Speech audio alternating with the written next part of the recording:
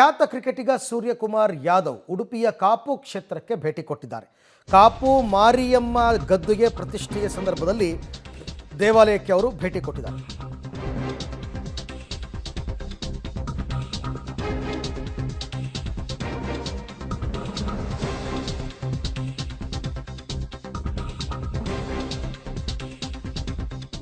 ಖ್ಯಾತ ಕ್ರಿಕೆಟಿಗ ಸೂರ್ಯಕುಮಾರ್ ಯಾದವ್ ಉಡುಪಿಯ ಕಾಪು ಕ್ಷೇತ್ರಕ್ಕೆ ಭೇಟಿ ಕೊಟ್ಟಿದ್ದಾರೆ. ಕಾಪು ಮಾರಿಯಮ್ಮ ಗದ್ದುಗೆ ಪ್ರತಿಷ್ಠಾಪನೆ ಸಂದರ್ಭದಲ್ಲಿ ಅವರು ಪತ್ನಿ ದೇವಿಕಾ ಶೆಟ್ಟಿ ಜೊತೆ ಆಗಮಿಸಿದ್ದಾರೆ. ಅವರು ಕೂಡ ಅವರ ಪತ್ನಿನೂ ಕೂಡ ಆ ಭಾಗದವರೇ. ಈ ಹಿಂದೆಯೂ ಕೂಡ ಕ್ಷೇತ್ರಕ್ಕೆ ಬಂದು ದೇಗುಲಕ್ಕೆ ಕಂಬವನ್ನು ಸೇವಾ ರೂಪದಲ್ಲಿ ಕೊಟ್ಟಿದ್ದರು ಈ ದಂಪತಿ. ಅವರ ಪತ್ನಿ ಕರಾವಳಿ ಮೂಲದವರು, ಹಾಗಾಗಿ ಮೇಲಿಂದ ಮೇಲೆ ಅವರು ಬರ್ತಾ ಇರ್ತಾರೆ. ನಿರ್ಮಾಣ ಹಂತದಲ್ಲಿದ್ದ ಕಾಪು ಮಾರಿಯಮ್ಮನ ಗುಡಿಯನ್ನು ಕಂಡು ಅಚ್ಚರಿ ವ್ಯಕ್ತಪಡಿಸಿದ್ದಾರೆ ಸೂರ್ಯಕುಮಾರ್. ಆಮೇಲೆ ಬ್ರಹ್ಮಕಲಶೋತ್ಸವದ ವೇಳೆ ದೇಗುಲಕ್ಕೆ ಬರ್ತೀನಿ ಅಂತ ಕೂಡ ಅವರು ಹೇಳಿದ್ದಾರೆ.